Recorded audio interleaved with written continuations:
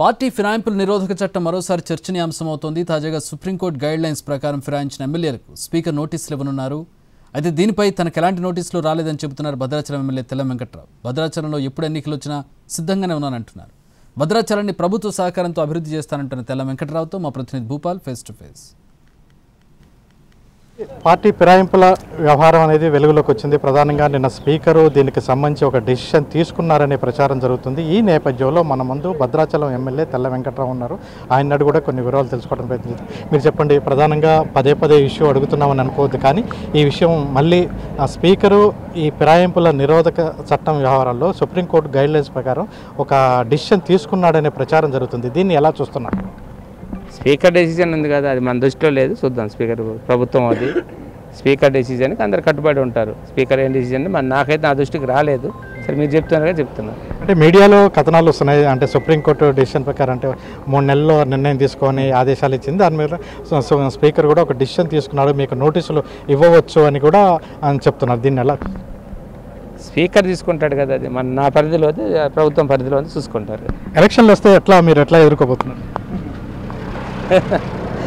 Election వస్తే అందరు రెడీగానే ఉంటారు కదా, రెడీగా ఎదుర్కొంటారు. మళ్ళీ గ్యారెంటీ గెలుస్తారని నమ్మకం ఉందా? 100%. కారణాలు ఏంటి? ప్రభుత్వం ఇచ్చిన సంక్షేమ పథకాలు కానీ దాన్ని మేము లోనకి తీసుకెళ్ళటం కానీ మనకు కావాల్సిన అభివృద్ధి. మేము గతంలో భద్రాచలంని కరకట్ట అనేది ఇప్పుడు మీరు చూస్తున్నారు, ఈ నూతన కరకట్ట ఎప్పుడో 1986లో కట్టారు.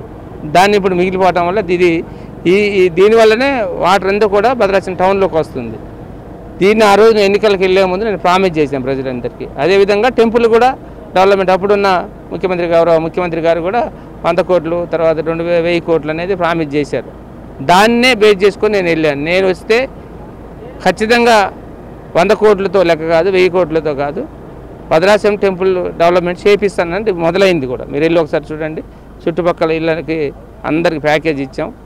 వాళ్ళకి ఇళ్ళ స్థలాలు కూడా కేటాయించడం జరిగింది. ఆల్రెడీ స్టార్ట్ అయింది, అభివృద్ధి అనేది స్టార్ట్ అయింది. ఇది కూడా కరెక్ట్గా స్టార్ట్ అయింది, 60-70% అయిపోయింది. చూస్తున్నారు కదా.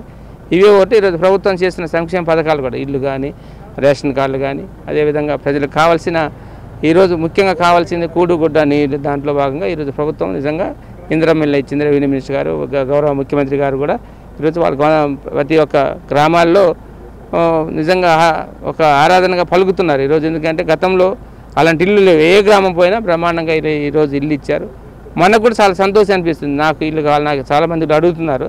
దశల వారిగా వాళ్ళకి ఖచ్చితంగా ఫుల్ఫిల్ చేయడం వేరే విషయం, కానీ ఈరోజు అభివృద్ధి అనేది స్టార్ట్ అయిందని నాకు ఆలోచన. స్పీకర్కు సంబంధించి నోటీసు ఇంతవరకు అటువంటి డిసిషన్ తీసుకున్నట్టుగా మా దృష్టికి రాలేదు అని ఎమ్మెల్యే తెల్ల వెంకట్రావు చెప్తున్నారు. అయినప్పటికీ ప్రభుత్వం చేపట్టిన సంక్షేమ పథకాలు అవి ప్రజల్లోకి చాలా ఎక్కువగా వెళ్ళాయి. అదేవిధంగా భద్రాచలాన్ని కరకట్ట నిర్మాణం కావచ్చు, భద్రాచలం టెంపుల్ నిర్మాణం కావచ్చు, భద్రాచలంలో అనేక అభివృద్ధి కార్యక్రమాలని నేను కొనసాగిస్తున్నాను, మాకు పాజిటివ్గా ఉంటుంది అని చెప్తున్నారు.